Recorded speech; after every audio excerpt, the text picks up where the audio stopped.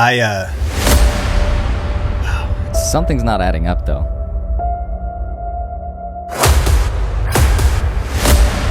I am sweating. Man, when it hits. Yeah, I don't know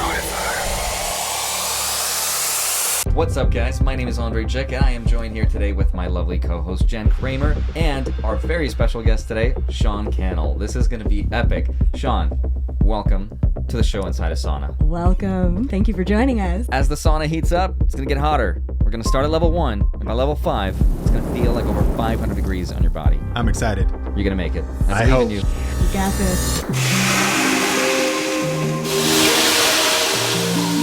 Sean said he's fired up right before we started recording. Yes. Perfect words He's to ready. use for this. He's ready. Quite literally. Plus, Sean wins the fashion award. Most stylish in the sauna. Is this all right? Yeah. I love it. He's like if Jen and I used polymerization Yu-Gi-Oh style, and now he's like the hybrid of both of us. Like 3 people understood that reference, I know, but it's okay. Sean, for everyone who doesn't know what it is you do, please tell the world what it is you do. Yeah. So thank you so much for having me, and I am very excited. Yeah, I help people grow their YouTube channels. You know, I started doing tech reviews. My background's in video. Started doing video production for a local church in 2003. And so by 2009, I started a video production business, and then I started to review cameras and do camera tutorials.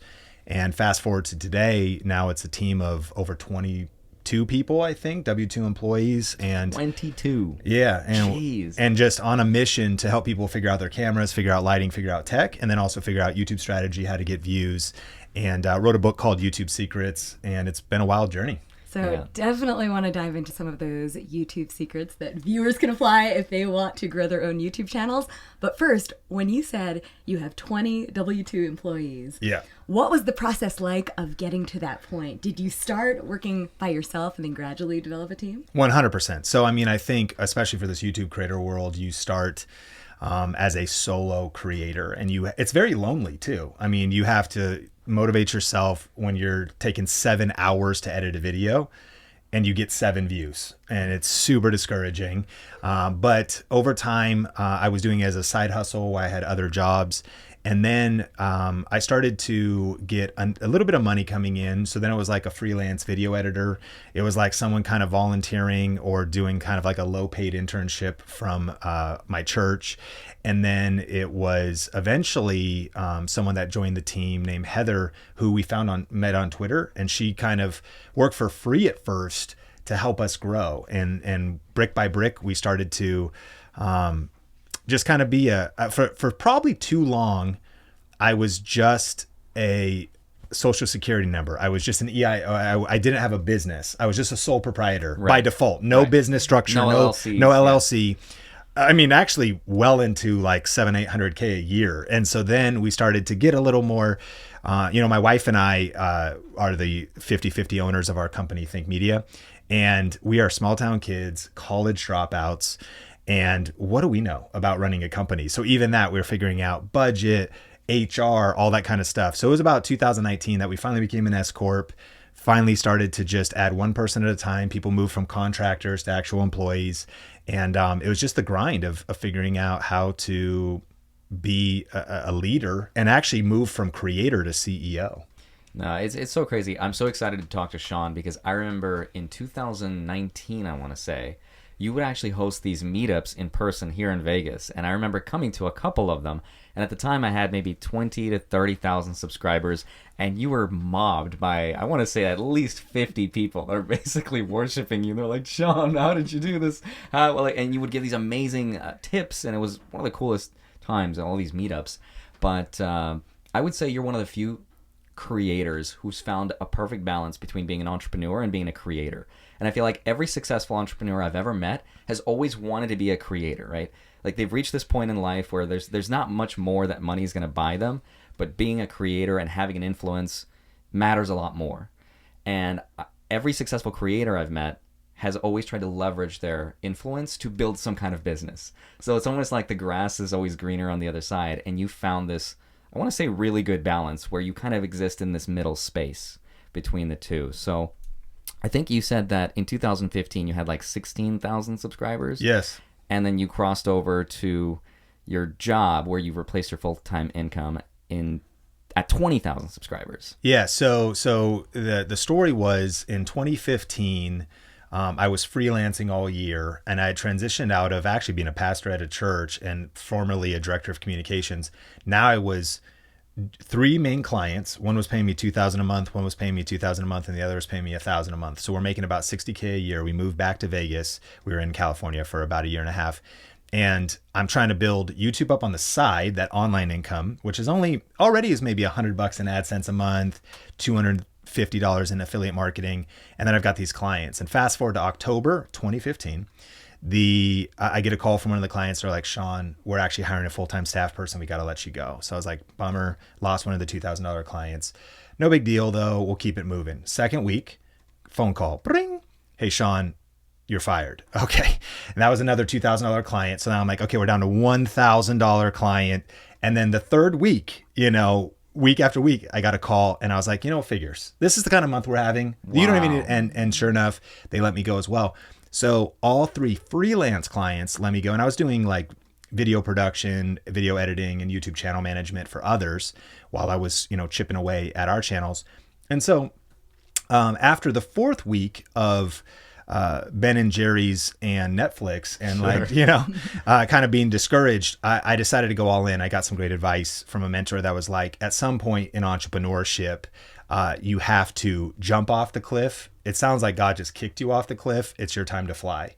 That was my friend David. And I was like, what are you, a leprechaun? Like some kind of a weird statement like that, And so I went all in, and it really was true. Like I was holding to the security of that freelance income, but now I really had to fly. And it happened pretty fast because I knew exactly what to do. I no longer was splitting my focus between multiple other clients. I was only focused on the YouTube channel, and I actually felt immediate freedom. As a creator, it was like, I don't have a boss. I get to wake up every day. And those first couple of weeks, I was working 60, 70, 80-hour weeks. But it was just shoot, script, edit, upload. And yeah, so 16,000 subscribers, only got to 20, but was so intentional about the videos that I was making. And the main way of earning money was essentially tech reviews or tech tutorials and affiliate marketing.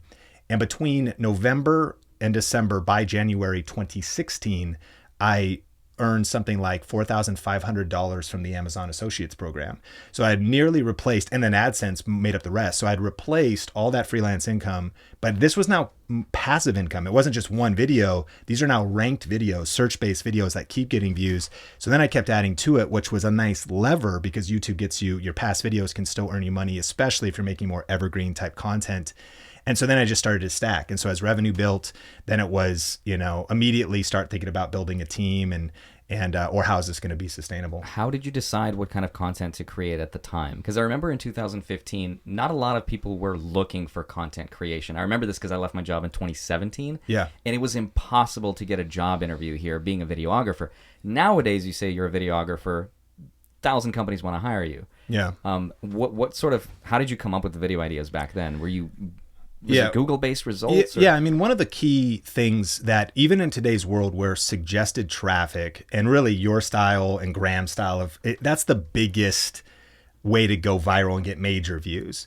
But there's a whole other form of traffic called search-based traffic, and that would be SEO, and it's kind of traditional. But the cool thing about SEO is while it's not as sexy as all of a sudden you get a 1 out of 10 video and it skyrockets, if it's a topic that is relevant this month, next month, and the month after, it can rank in Google, it can keep being found, and views just keep coming in. So it's kind of like a tortoise and the hare, like slow and steady wins the race. It's not just, can I do my next viral hit? Can I just put constantly adding videos to my library that rank in search? So I was thoughtful about, people were searching, what is the best camera for YouTube? But it would be like cheapest lighting kit or LED lighting kit. Versus videos was one of my best strategies. Oh, yeah. Yep. Somebody be looking for like the Canon T3i. Yeah, Canon T3i versus the Canon 60D. And so, and with my background in video production, that's kind of how I bootstrapped and hustled my way up, is I was using cameras for wedding videos and things like that. And then I would, post those and turn the tools I was using for my freelance business into actual videos. That's incredible. So let's talk about some of the income sources. Yes. Yeah. You ready? I'm ready. Let's Jen? do it. All right. I feel it's getting a little bit hotter. Like there was a moment there when I was like, wow, this is going to get interesting. Like it feels nice now, but this is, what level out of 5 are we on right now? This is level 1. This is level 1. Okay, this is only level About 1. to go to level 2. Are you ready for this? Yeah, It's like YouTube. It's exponential growth. I'm excited.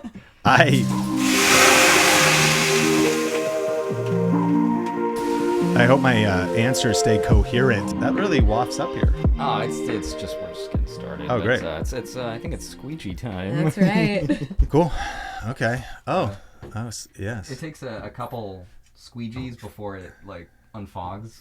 I gotcha. Yeah, the glass has to like adjust to the external. That temperature. makes absolute sense. So, yeah. Same way cameras operate when I film snowboarding. Really? Oh yeah, you go in for lunch and then you're done. Right. Like yeah, your camera lens is all fogged up. But You guys are absolute legends. What a It'll go workflow. This is its own video that we should come over and make a video like 7 tips for filming in a sauna. to the 3 of us. Yeah, to the 3 people Everybody. to the 3 people in the world that are interested in that information. Well, actually, that itself brings me to a question I wanted to ask about TAM, total addressable market. Yeah. I heard you talking about this Yes. on another podcast, and I thought it was something really interesting, especially for people who want to build their own YouTube channels, something for them to consider. So can you tell us a little bit more about what that is and why it's relevant in the context of YouTube? Yeah, I mean, that's a really important question for any aspiring creator, business owner, someone who wants to start a side hustle. The TAM would be a business and marketing term that stands for total addressable market. And it would just be kind of like asking yourself, like if you're going to open up a restaurant in a city or like a coffee shop, a good question would be, does anyone in this city actually drink coffee? So let's say you went to a smaller town in Utah that was maybe predominantly conservative Mormon population that doesn't drink coffee. That'd be the wrong place to open a coffee shop. The total addressable market locally would be too small. Well, now apply that though to something on YouTube. You might look at something, and this is actually really good news for people that say, oh, there's too much competition. Oh, there's somebody else that is already doing it. Oh, Andrei's already talking about personal finance. I can't as well. Well, the question would be, how many people in the world have and use money? All of them. Everybody. So that's a big total addressable market. Whereas if you were to say, I'm going to start a YouTube channel on underwater basket weaving. Last time I checked, the monthly search volume of people looking for like tutorials on that is about 8,000 people. It's a much smaller total addressable market. There's actually a number on that. There is actual, yeah. 8,000. I mean, what a culture. Now, here's the thing that's interesting is now you have a choice. Do I want to be a big fish in a small pond or a small fish in a big pond? Because you just are asking how big is the market. And it's good news, again, like as a tech YouTuber, and there's multiple, spin-offs of that. But a good way to test would be, how many other channels are doing what I want to do and how many subscribers do they have? If you can't find an underwater basket weaving channel with 1 million subscribers, chances are you will never get 1 million subscribers. Now, of course, there's the unicorn story of because you do underwater basket weaving ASMR, while talking about Pokemon and people just think it's fascinating. Well, that's a little bit different, right. But in terms of like the practical, now the flip side is if you go, okay, MKBHD has 16 million or 25 million, I don't even know, million subscribers. The practicality for upstart YouTube creators to grow a channel to 65,000 subscribers and build a $35,000 to $75,000 a year income is incredibly practical, more than people realize. Why? Because the total addressable market is so big. I go to CES, the Consumer Electronics Show here in Vegas, and 175,000 people fly into Vegas. There's so many. You go to the drone floor and I go, there's 48 drone companies here. It's not just DJI. So I could go more niche and get enough runway with brand deals and whatnot. Why? Because there's a total addressable market. If the market is large enough to support and to sustain right. the thing that I want to create. So it's a good way to evaluate really the viability of a business idea, a channel idea, and to have some strategy when you're starting out. And as you were deciding what kind of content to make, did that play a big role in your decision to do tech content in addition to YouTube strategy? It did, but we teach a framework, which is the 3 Ps for figuring out what you should make your channel topic about. And it's at the intersection of passion, proficiency, and profit. And so total addressable market would not be the only question. That would be like saying, profit would be the only P you're using. How much money could I make here? How big could this channel be? But the question is, are you passionate about it? Number one. But also passion's not enough, because if you're passionate about it and it's profitable, are you any good at but it? You're not good at it, or you also, when I think proficiency, I think what makes you curious? What do you study? What are you so fascinated about that you're willing to read about, study all week long, like Andrei does? I don't have I watch his videos for the summary of the 10 to 20 hours of research. Right. That's not just passion. It's also a discipline, and it's also passion. It's a love for. So it's really at the intersection of all three. So yes, I might write down, okay, what am I passionate about? Well, I'm passionate about tech. I'm passionate about video. I'm also passionate about like drum and bass. I'm passionate about snowboarding. And then I go to the proficiency one though. But then I go, could I mix music? Am I really that knowledgeable about it? Snowboarding, I'm decent actually from doing it for so long, but like not great. But if I go, I've been doing video since 2003. And then I go over to the profit side and say, okay, is there ways to make money in this? Affiliate marketing, income streams, is there a total addressable market here? Is it big enough now? This also goes into predicting for the future. Mm-hmm. Is this going to get bigger? And Adobe just released a study, 165 million people joined the creator economy since 2020. No kidding. 165 million. That's crazy. That's insane. It's not just YouTube, but that speaks to also now, even if I think about my market now as helping content creators, even that market is multiplying exponentially. So are you going into a market that's just going to get bigger? AI, metaverse, crypto, finance, like that's going to keep getting bigger. Right. Versus if you were to go a typewriter channel, which by the way, if you were like the number one vintage typewriter collectible, you might be like the one, but obviously that is shrinking. You don't want to be Blockbuster in a Netflix world. Sure. Well, you brought up MKBHD, which is a great example. And I feel like today, if I looked at myself and the overall sort of industry as it is, if another Andrei Jikh came around with magic, I don't think he would be as successful as if I had started when I did, which was in 2019. So I'm sure you get this question asked a lot from creators. But Sean, there's so many people doing what I want to do. How do I stand out? And I think there is something to be said about being, having first mover advantage and being at the right place at the right time when the industry calls for it, which I think is hugely why MKBHD, besides the fact that he's really entertaining and he's great, he does a lot of research, but it's also, he started when he was like 12. Yeah. So what do you say to people that are like, how do I stand out? What's the way to separate from a already sort of filled industry? Well, when an industry is new, it's about who's first. But when an industry is mature, it's about who's best. So cream always rises to the top no matter how many cups of coffee you pour. Mm-hmm. We see this happen every day. So new channels start from scratch. In fact, Larry is a chartered financial analyst, Larry Chung. He started a channel. He's got kind of a, stocks, dividends. He just hit 100,000 subscribers, I want to say in less than a year. And, like he's one of the students in our community, and it's just an example of somebody where I would argue it is completely saturated. Right. And his first 1,000 subscribers were in the first, was it 9 days? Yeah, like he grew, I think in the first 6 months. Oh yeah, no, he got 1,000 subscribers in like a week. Right. And in the first 6 months, he got like 50,000. And I mean, it speaks to though, it wasn't video production. It wasn't in this particular case. Now, that also depends on what your value proposition is. I would argue like your storytelling, your video production, that's a whole part of it. Right. But for him, it's surely his experience, his depth of knowledge. And for not everybody we help, but a large majority of who we help would be subject matter experts that are in the education niche. Right. The presupposition is that proficiency piece. They're passionate about it, they're proficient, and they're trying to figure out now how to put that on YouTube and monetize. And so we also, another big one, real estate agents, loan officers, like in their niche markets, spoke at, Ryan Pineda's event recently and had like 3 different people come up and like, I'm so pumped. Like, thank you for your content. I've got like 800 subscribers, but I've got 5 deals in my local market. Yeah, I've seen that. So it depends on, I think what can happen is we can become myopic thinking about, can there be another Andrei?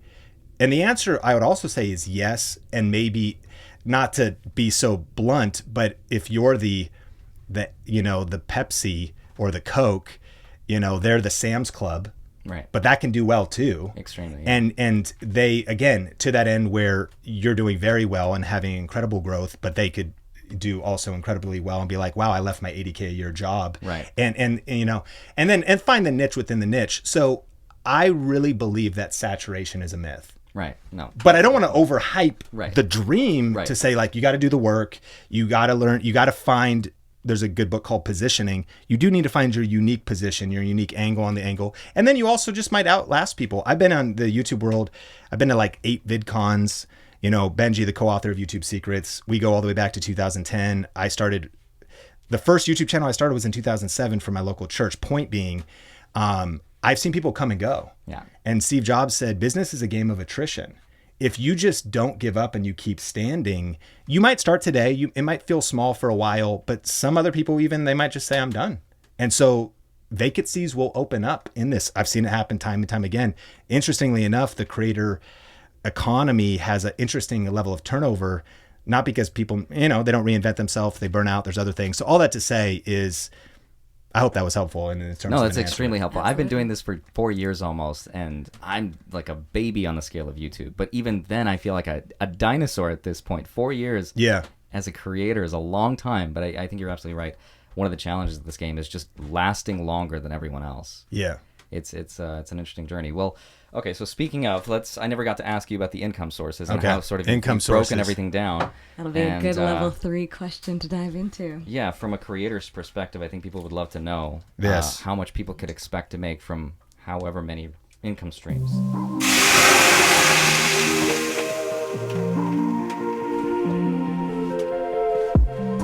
Man, when it hits. It punches you in the face, yeah. It's the humidity too. You see it goes up when you do that. The little dial. Oh, it's only like 120 in here. No, actually that's not accurate. Oh, okay. It's probably about 150, 160. Oh, okay, cool. Oh, great. We didn't do this. We'll probably turn this over. Imagine if we said it that way on purpose, just to be encouraging. Like, it's only 120. You got this. It's only Vegas summer. Only an average day in Vegas in July. Oh man, I would love to ask Sean, what are some income streams that a creator can expect to make? You know, when I think about income streams, you should select, okay, am I doing education or entertainment? If you're doing entertainment, chances are you're going to be heavily dependent on AdSense, ad revenue, merch, potentially. Maybe you do Patreon because you kind of have a fan base. Brand deals is going to be a big one for you. And if you're doing lives and stuff, it could be kind of a channel memberships, super chat type of an angle. If you're doing education, which is, again, really where I encourage most people to go, because I think on the entertainment side, it's kind of, when music channels ask me, hey, Sean, like, how do I become, viral like Justin Bieber?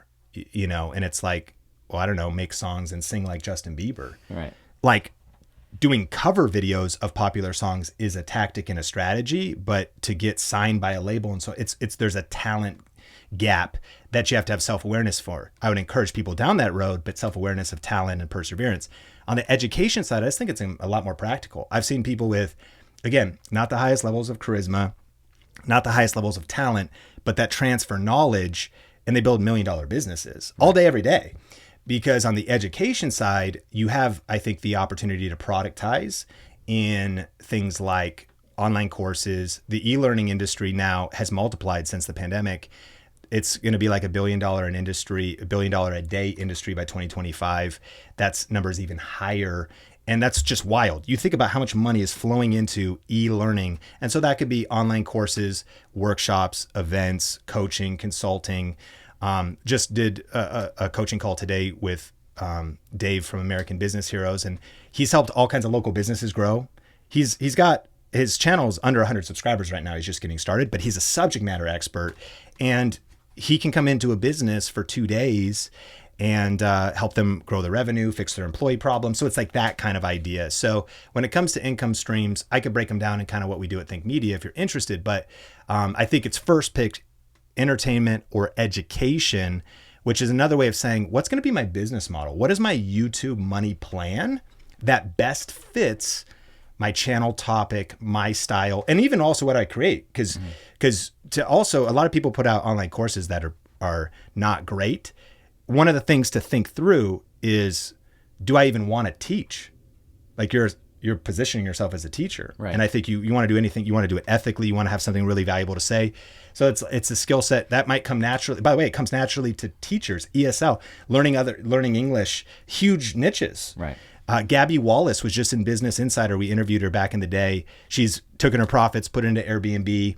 She teaches English. And so that's a real practical way of earning some money. And so it's interesting you say that, because I exist in the education space, but because I'm not comfortable positioning myself as an educator or a teacher, because I just have a firm belief that no one in finance, no matter how smart you are, knows it can predict what's going to happen to the market. Yeah. So I sort of exist in this middle place where I'm an edutainer. Yeah, you're the hybrid. Sort of the hybrid between both. And I go out of my way to say, hey, I don't know what I'm talking about. I entertain, and I try to understand this as much as anyone else. And I'm trying to break down complex ideas and explain it to you like I'm 5, because mentally I'm 5. That's sort of my proposition. And I try not to position myself as an educator, because I don't think I am, and I can't give you the value where I can predict where you'll make money, because I don't think that's the thing that exists. And self-awareness is a superpower. I mean, you are a great example. Like when I look at you, is just seeing somebody that's comfortable in their own skin and has taken, I think this is the key. You've taken it, you've married magic and personal finance. Right. But that's also like, that was just pulling the ingredients from your life together and making a cocktail that you're serving on YouTube. That's the opportunity for everyone listening to this, is to think about, that's the dream, is okay, do you have a background teaching? Would you want to do that? You want to pick a business model that fits what you feel good about in your heart, how you feel like you can best serve. And when you get into alignment, I think that's a big thing. Yeah. Alignment of like, so that when you see a whole person that is integrity, integer, that's like a whole person that's aligned with who they are, what they stand for. And so I see that in you. I think that self-awareness is such a key, because it feels like you both are so aligned on that. I remember back when Andrei, you first started your channel in 2019, it was your first video, I believe, where you were talking about marrying these different passions, the passion for finance, magic, cinematography, putting them all together. So it feels very aligned with what Sean's saying. It's fascinating, because I feel like Sean is the only person I've ever talked to that explains this the same way that I explain it to people, from an ingredients perspective. And I say that throughout our whole lives, we collect ingredients and things we look for and things we're good at, things we're passionate about. You know, for me, it was cinematography and magic and storytelling and finance, but they didn't make sense to combine in any way, shape, or form, or at least there wasn't an opportunity out there in the market. So I had to create one for myself. And so the older I got, I found my recipe, and that's when I threw the ingredients together, and it made sense and it sort of clicked. But yeah, if you think about it from the terms or the perspective of just collecting these ingredients, if there's a way to combine it in a way that makes sense, you don't have to position yourself as some sort of educational leader or anything. You can just share stories and have people come on your journey. So I don't even think that the proficiency aspect or being an expert at something, even in the field of education, is a necessary component. It could just be, like you said, self-awareness and saying, hey, I don't know what I'm doing, but I'm trying, and if you find this exciting, I will give as much value and transparency as possible. And then because of that, you've experienced exponential growth. And I think on YouTube, to me, what's fascinating is this exponential growth curve, because it seems like the human brain is not wired to really understand exponential curves very well. And it's pretty incredible to think of where you can begin on YouTube and the way that growth trajectory can go. So I'm curious from Sean, in October 2015, you went full-time on YouTube. You were at 16,000 subscribers. So from that point until now, I know in 2019, you hit $1.2 million in top-line revenue. So what was that journey like, and where is the business at now, if you're comfortable talking about it from a financial perspective? Yeah, I mean, the journey has been wild. Again, I'm a small-town kid, college dropout, and growing up in Arlington, Washington, really, I thought if I earned 6 figures a year, like it would be like a finish line. Right. It would just be like, that'd be amazing. And as soon as, my wife Sonia and I were able to go to Chipotle and not hesitate when they asked if we wanted to add guacamole for $2.78. And I was like, 2 scoops, man. Like, lay it on there. That's when you know you've made it. That's when I knew we made it. Like, and then I was also like, there's not much else we want than that. And, you know, we are living an incredibly blessed life. But I think even the way we're wired is like, I drive a used Explorer from 2016. You know, that thing's been paid off, and it is a turbocharged Ford Explorer Sport. It's pretty sick. But, you know, yeah, I mean, today, I think we're on our way this year. I was just talking to our CPA, Matt. I think we're on our way to about 7 million top line this year. And that's just a little bit higher than last year. And, you know, net profit was something like 2 something million. So pretty good overall in the business. And so it's been insane. What's your biggest revenue source? What's the number one? Is it affiliate? You know, biggest revenue source is online courses for sure. Okay.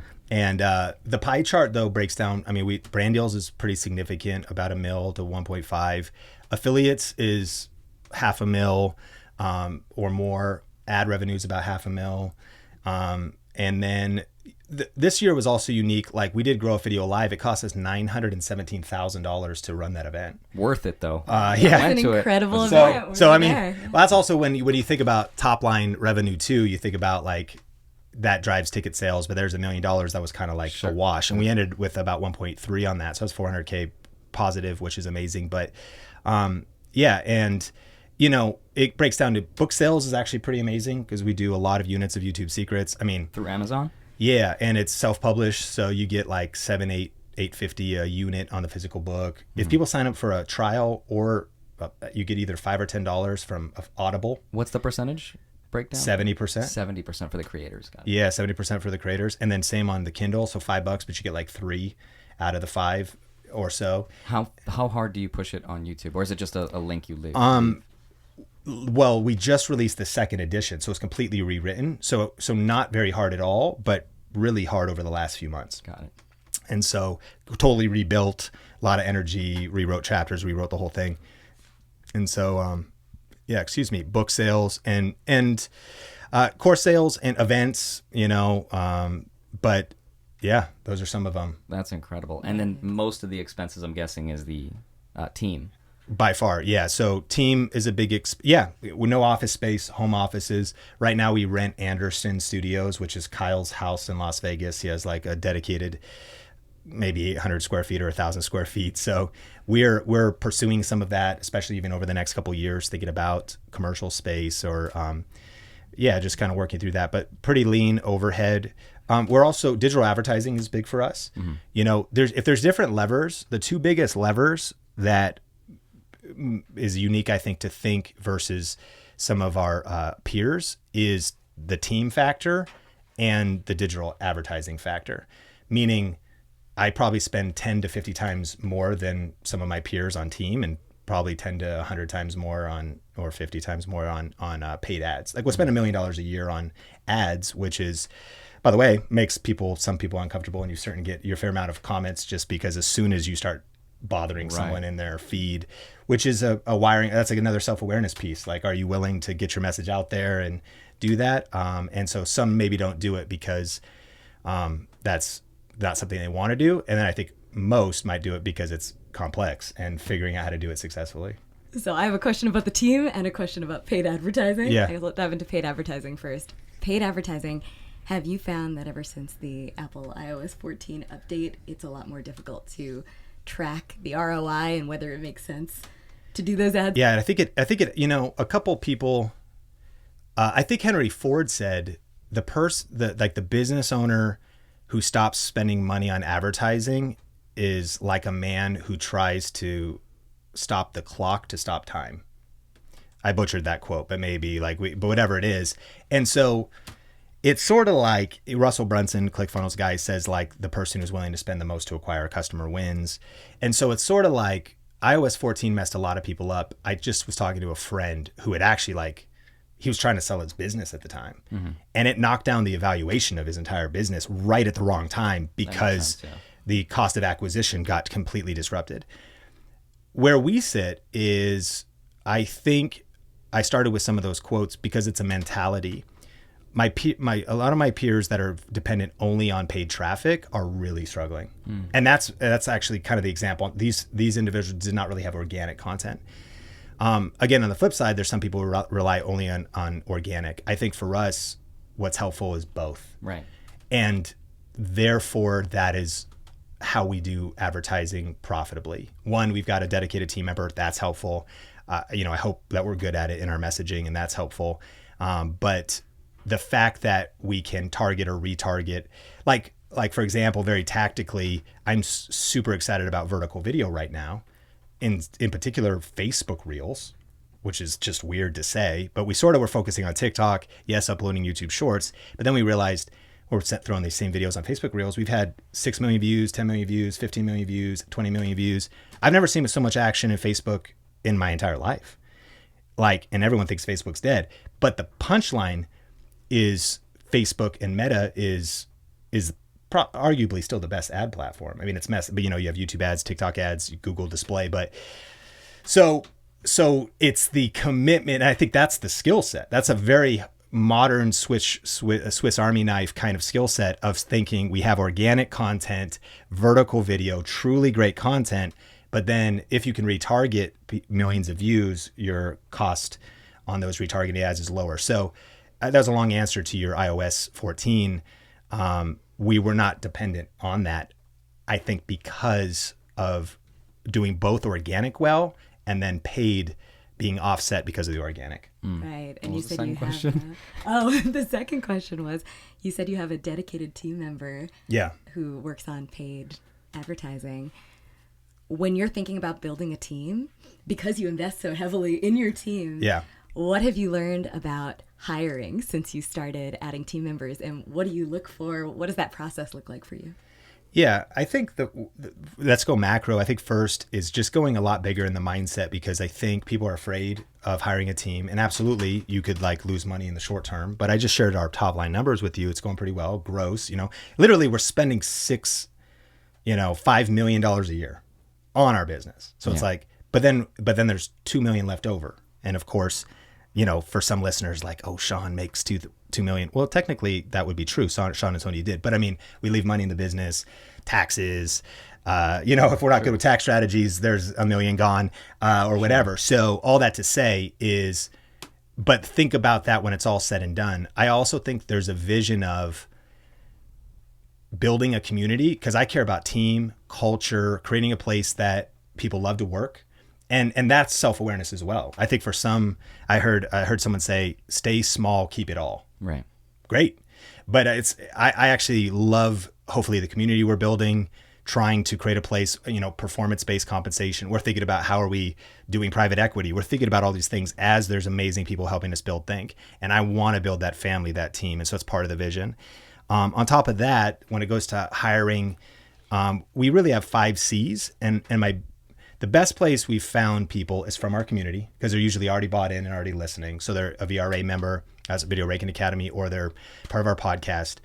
And the 5 C's are: first, character. And that should be basic. It's like, if I can't trust you, if you lie, then there's no reason to go to step 2. But also just you're a good person, you have strong character. Second is chemistry. You might be amazing, but we just don't fit. That it's probably us, probably not. It's our fault probably. But if we don't want to go on a road trip with you, we took our whole team to Disney this year, all their kids, spouses, everybody, and it was that was $100K, which was one of the best investments awesome. I think we've ever made, and incredible. That's the kind of vision and culture we want to create. And we also though are trying to hire with people we want to go to Disney with. Another self-awareness piece. That's not what every business owner or leader wants to do. Sure. So that'd be chemistry. Then it's competency. And I believe if you have great character, you vibe with us, I believe competency can be taught, but it's a question of, can you do the job? Can you do the job well? If it's a leadership position, have you done the job successfully before? Because the biggest predictor of your future performance is that you've done it in the past. Then it is capacity, especially in a 2023 world, speed matters. So it's not just, can you do the job, but you get it in YouTube. Can you do it fast? I can get you, one TikTok this week, one TikTok. I'm trying to go TikTok daily. What do you, TikTok a week? How long is this taking you? You got to edit, so just this idea that the speed does matter. Of course, you do need, things take time, but all that to say is capacity. How much can you carry? I think we try to have a pretty healthy culture.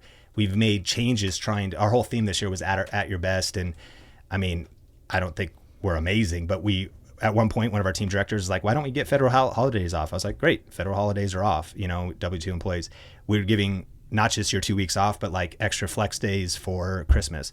It was all paid to go to Disneyland. You got paid to go to Disneyland, and you got all your stuff paid and all the travel, whatever. We're trying to create as much as we can a cool culture. Also, you're fired.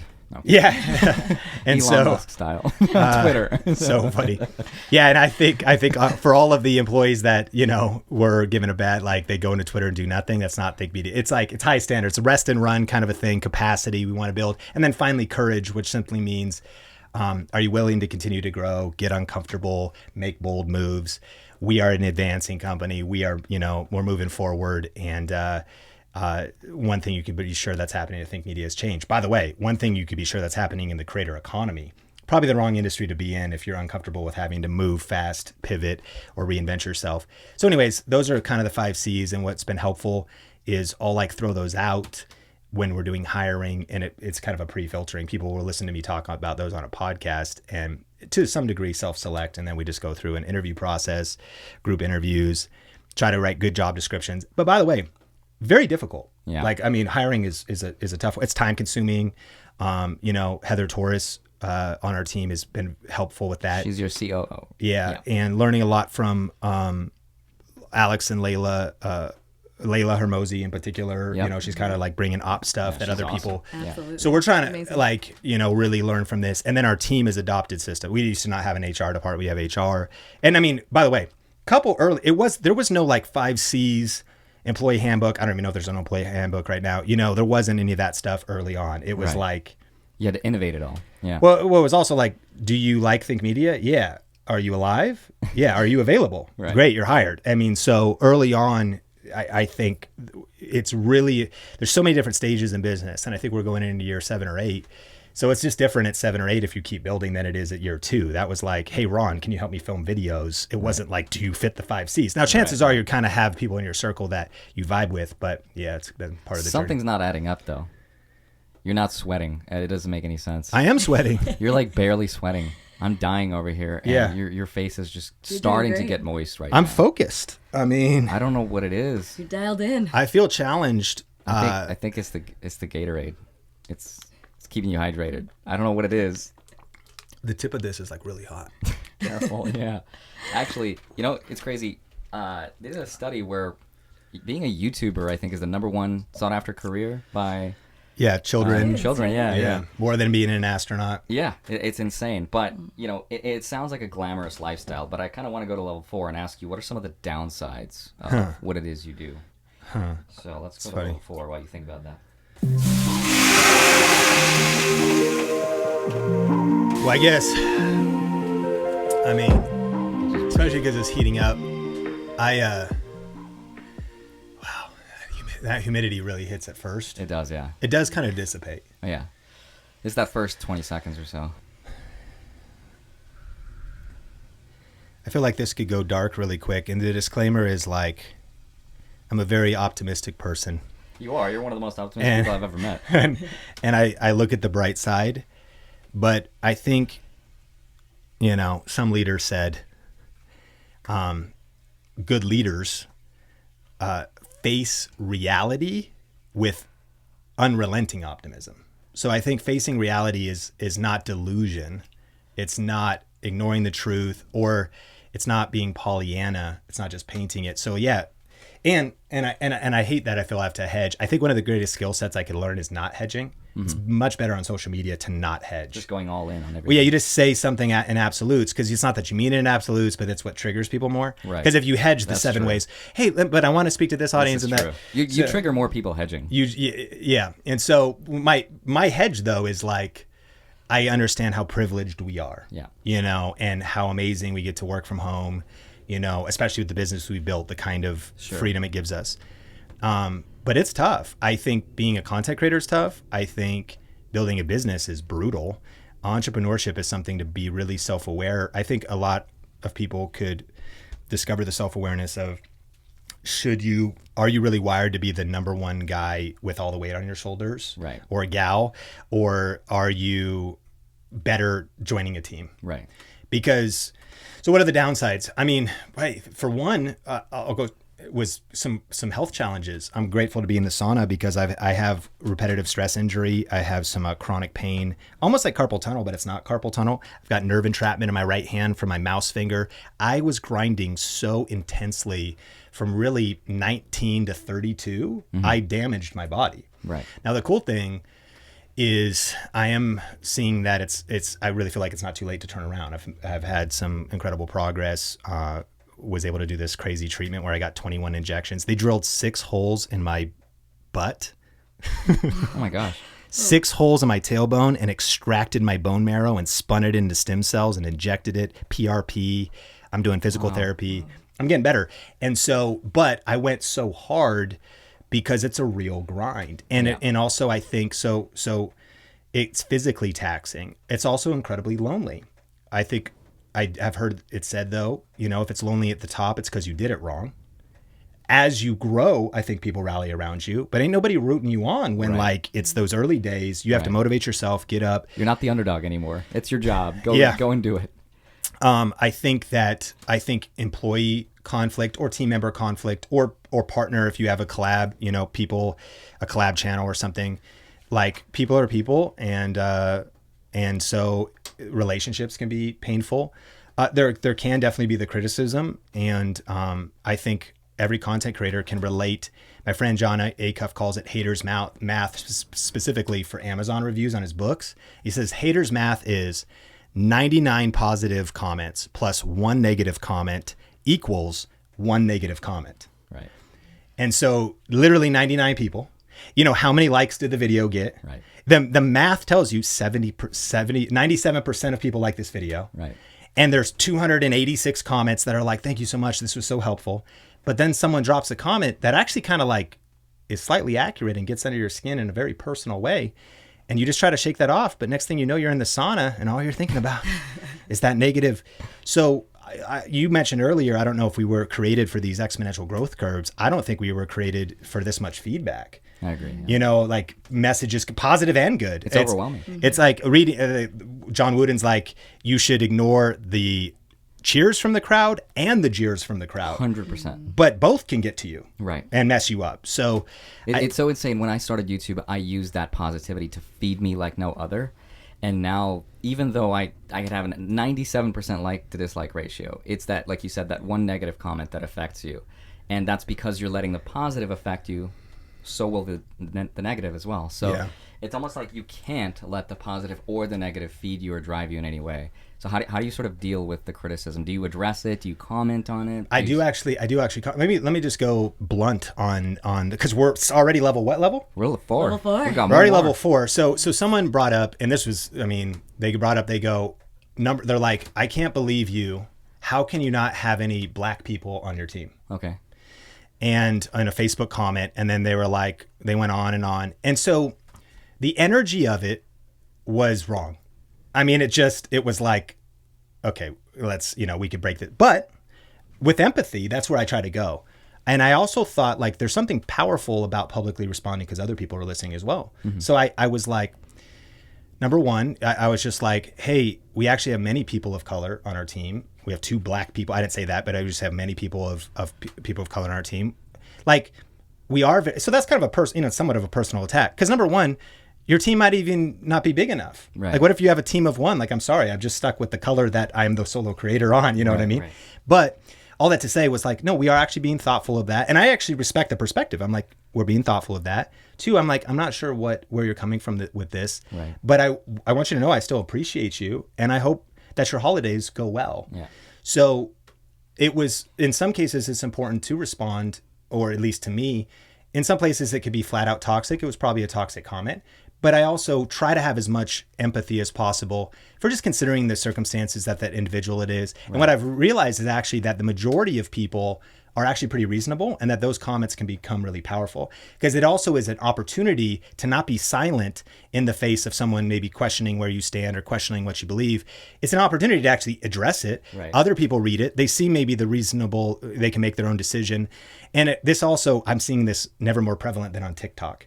TikTok is a dumpster fire. It is the most toxic platform. That and Twitter. And what I love about it though is, again, we just had a TikTok hit 25 million views. Yeah. I still think it only got like 1,500 comments. And so I look at the shares, I look at the saves, I look at the likes, and then I look at the comments. It's such a small portion of people that are being vocal.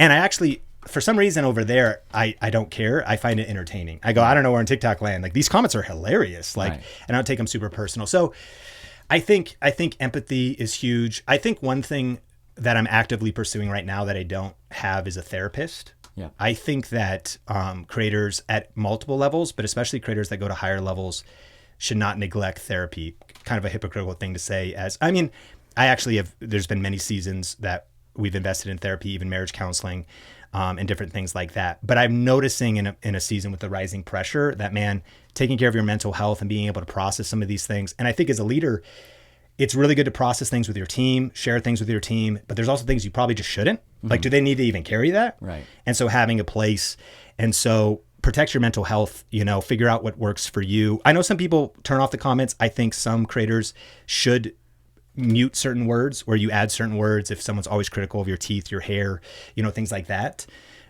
Because you got to guard that toxic energy. Yes. But it's definitely about being thoughtful. And listen, the one troll, the one critic, or the one person who's just really mean, not trolling and just an absolutely awful mean person, leaving a comment, just stop by in 5 minutes and left that for you. You need to be in a place where you're healthy in your soul, healthy as a leader, healthy as a content creator. In the long haul, you've been doing this 4 years. You want to be healthy at year 6, year 8, year 10. You want to be at your best, not like beat up, scarred, kicked down, barely making it, so many wounds. But you're thinking about times to be thoughtful about healing from a lot of that stuff. That's great advice. Yeah, absolutely. That's great advice. Yes. Well, with that said, let's go to level 5, Sean. All right. Here, You ready it's for our final level. level 5 heat? Please talk about anything you'd like on this one. Really? Yes. We got 1 minute here. Time starts now. Where can people find you? What are you up to? Okay, so we have a channel called Think Media. If I like the fragrance you chose. Yeah, it's citrus. Made me think of you. Man, if you breathe through the nose though, it kind of like burns. Oh, if you breathe on, if you just exhale on someone, just exhale on yourself. Blow on yourself. Oh, Hot. Yeah, it's bad. Think Media is the YouTube channel. Sean Cannell rhymes with YouTube channel on social media. Remember that. Don't ever forget it. Check out their podcast as well, the Think Media podcast. Ooh. And the lives you're going to do, the meetups next year. I am excited. Yeah. Meetup. VegasInfluencers.com. Really niche, janky website, but just for anybody that's in Las Vegas. That's where we first met, I think. And just like an email capture for if we're doing our next meetup, and we certainly will. VegasInfluencers.com. And of course, Think Media on YouTube, your podcast channel. Think Media Podcast. Super excited. At least every Tuesday. 2 a week lately.